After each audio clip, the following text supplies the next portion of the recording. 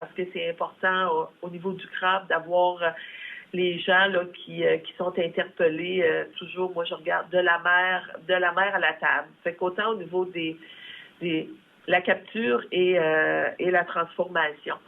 Il y a deux ans passés, j'avais des premières rencontres avec, c'est vraiment, ça a débuté avec les communautés autochtones. Pour moi, c'est important que vous ayez cette histoire-là, où, puis on se rappellera avec l'impact qu'avait eu l'arrivée des baleines il y a 3 ans passés dans notre secteur avec les pêcheurs de homards, puis les fermetures des zones. La même chose se produisait en parallèle avec les pêcheurs de crabes, puis plus spécifiquement chez nous avec les gens qui étaient dans la fameuse zone 12. Et puis là, on parlait de fermeture des zones qui étaient statiques, des zones qui étaient dynamiques. Et il y a eu beaucoup l'an passé je vous dirais, beaucoup au niveau des associations de pêcheurs, autant au niveau des industriels, où les gens étaient pas contents de la façon dont ça se passait pour puis de l'écoute qu'ils avaient eue auprès de Pêche et Océan concernant les fermetures des zones. Il y a eu beaucoup de représentations qui se sont faites à l'époque. Moi, j'avais débuté avec Dominique Leblanc. Par après, ça s'est continué avec le ministre Wilkinson. Il y avait eu des rencontres à l'été à Rimouski avec le groupe autochtone de Gaspé.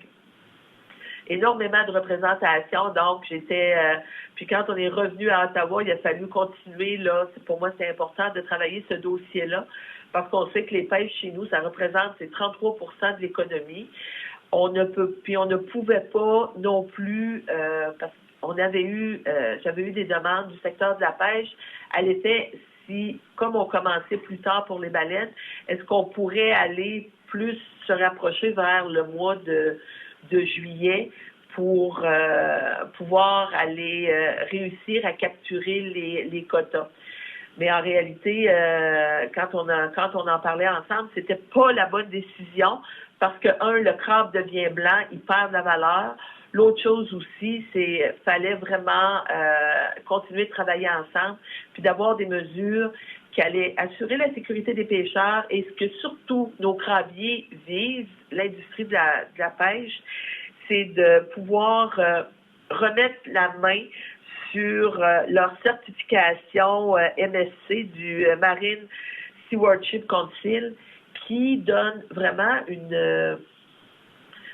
qui vient donner une valeur accrue aux produits sur le marché, mais en même temps, c'est une preuve d'éco-certification qui fait en sorte que ça nous ouvre la porte à des marchés internationaux qu'on ne voudrait pas se voir fermer, parce qu'il y a plus de 80% de la production de notre production qui est acheminée au marché à l'étranger.